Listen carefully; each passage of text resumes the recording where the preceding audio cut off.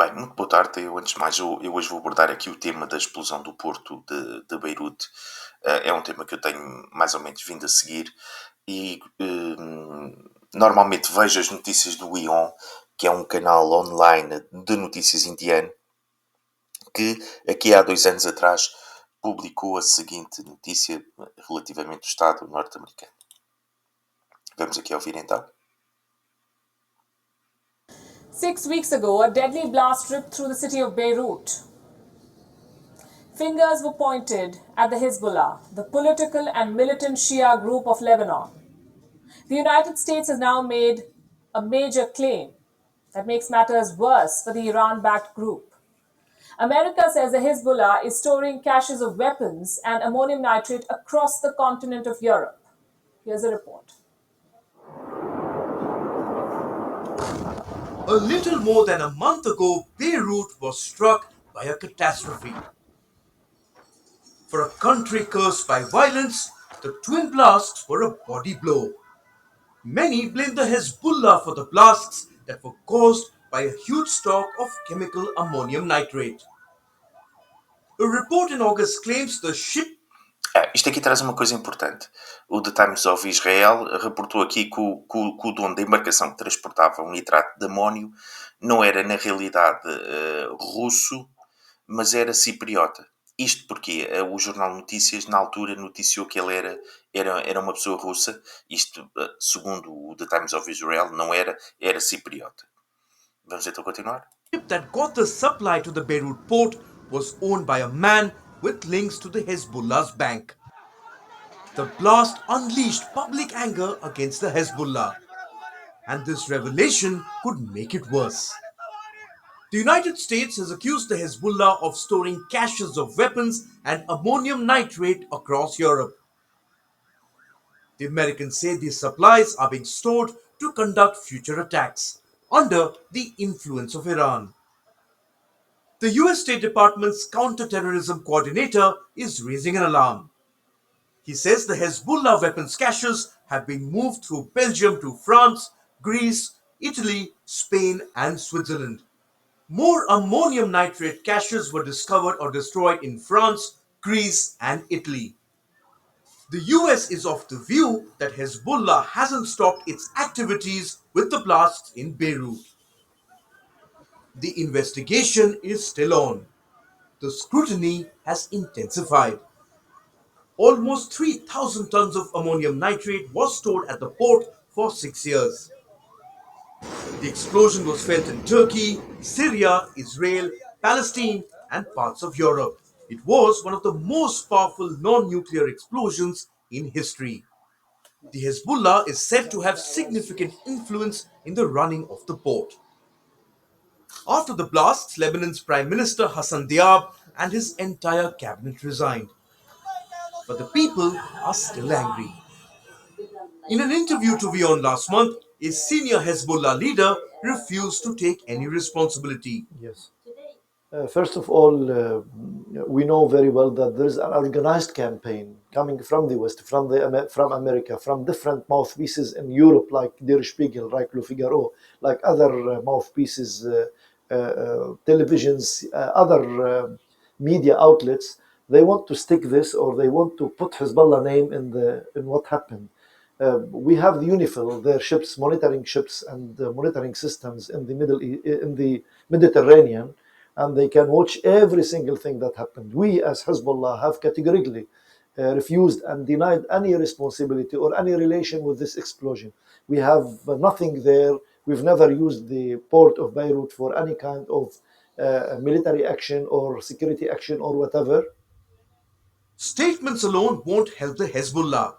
The group that entered politics through militancy seems to have lost the support of the public. Hezbollah may have sizable political power, but it is now accused of protecting a corrupt political class. With the US now stepping up the heat, Lebanon seems to be slipping out of the hands of the Hezbollah. Bureau Report, WION, World is One. E, portanto, nós temos aqui acusações graves do Departamento de Contra-Terrorismo do Estado americano, que faz claramente afirmações insinuando que o Hezbollah iria utilizar o nitrato de amónio para fazer ataques terroristas em cidades europeias. Ou pelo menos tinha depositado em portos de cidades europeias. Sem, volto a repetir, comprovar nada do que diz. Eu recordo aqui rapidamente este caso. Vou aqui só ler uns trechos. Em novembro de 2013, o navio Rossos, com pavilhão da Moldávia, com um carregamento de nitrato de amónio, zarpava da Geórgia com destino a Moçambique, tendo efetuado uma escala em Beirute. Na altura, um obscuro processo judicial que visava o proprietário do navio levou ao apresamento da embarcação. Eu recordo na altura, isto foi iniciado pelo Jornal Notícias, de onde eu estou também a ler este texto. O Jornal de Notícias noticiava que isto era um armador russo que não pagava os seus salários aos funcionários da embarcação e, portanto, graças a um processo judicial que tinha tido, não pôde continuar a viagem para Moçambique e a carga ficou retida no porto de Beirute. A carga foi transportada para o porto de Beirute em 2014 e colocada no hangar número 12, um armazém em ruína, e o navio acabou afundado em 2018. Já se verificou que este número 12 foi então o responsável pela explosão.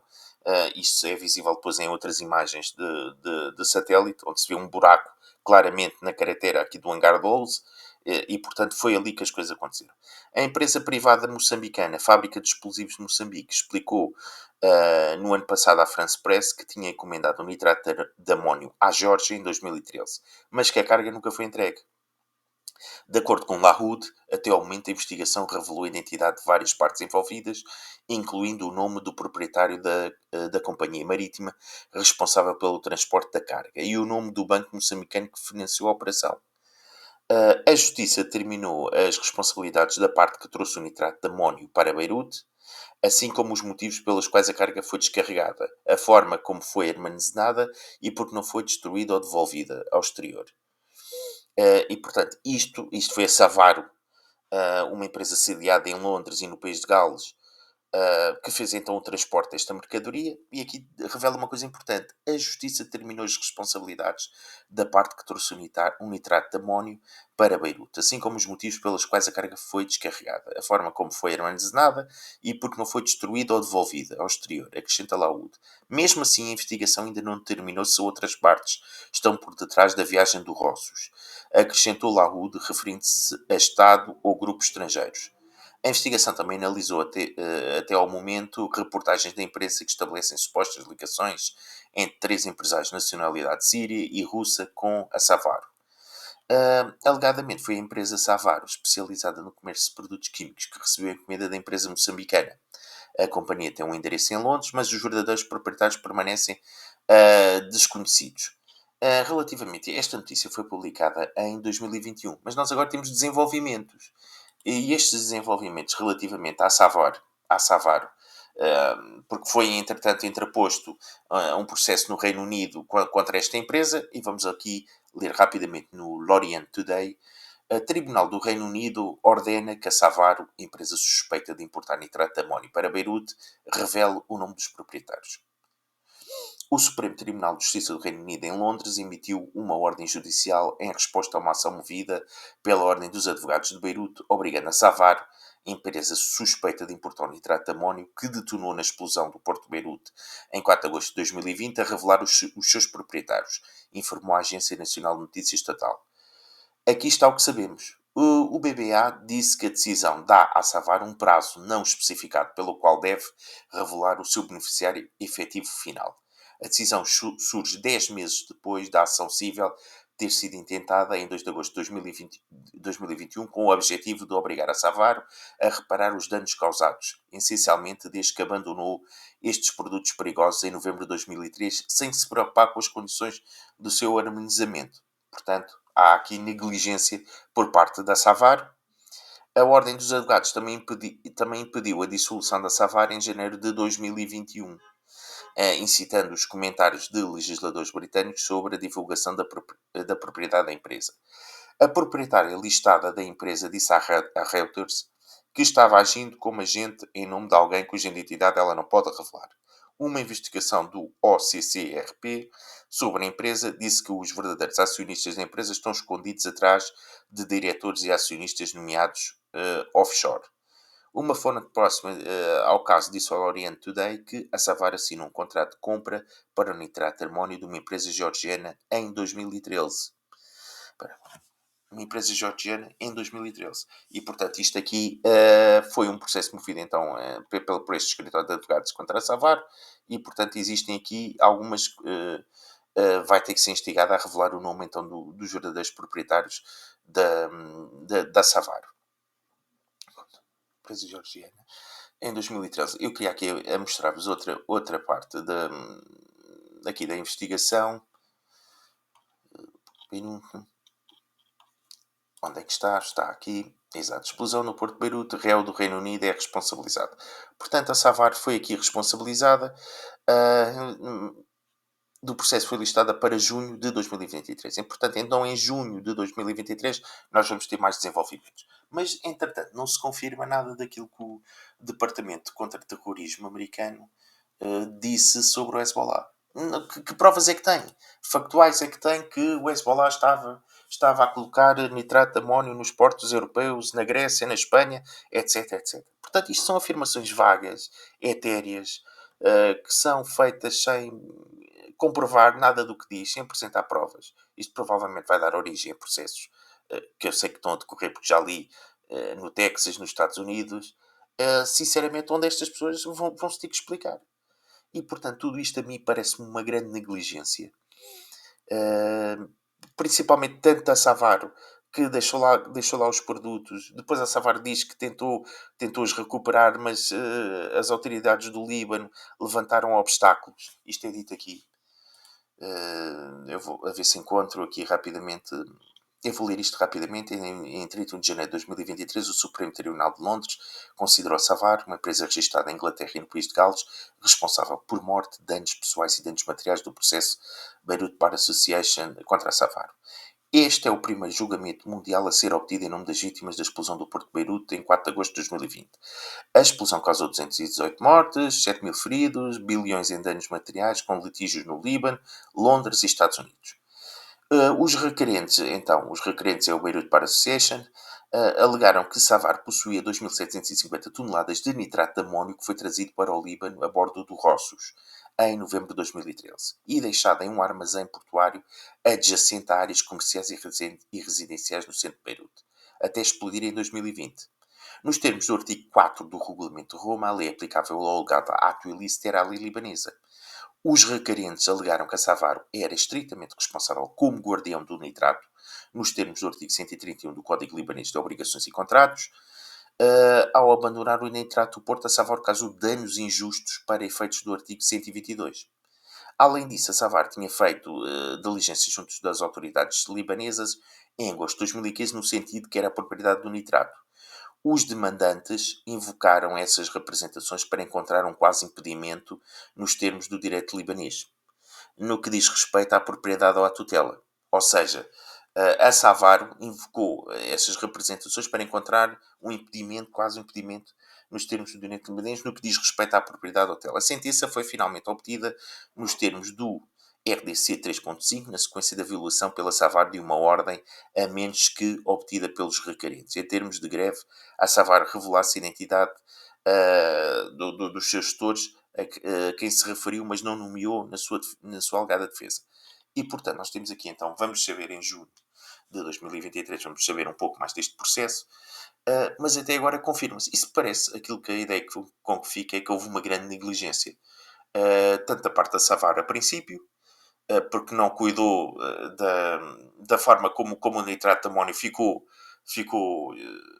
no Porto de Beirute. Depois, mais tarde, tentou recuperar, encontrou dificuldades nessa recuperação e, portanto, tudo isto parece-me uma grande negligência do que propriamente uma tentativa do Hezbollah de fazer ataques na Europa utilizando o nitrato de amónio. Isto parece-me uma tese e uma teoria pouco condizente, pouco fundamentada, avançada aqui pelo Departamento de Estado contra Terrorismo.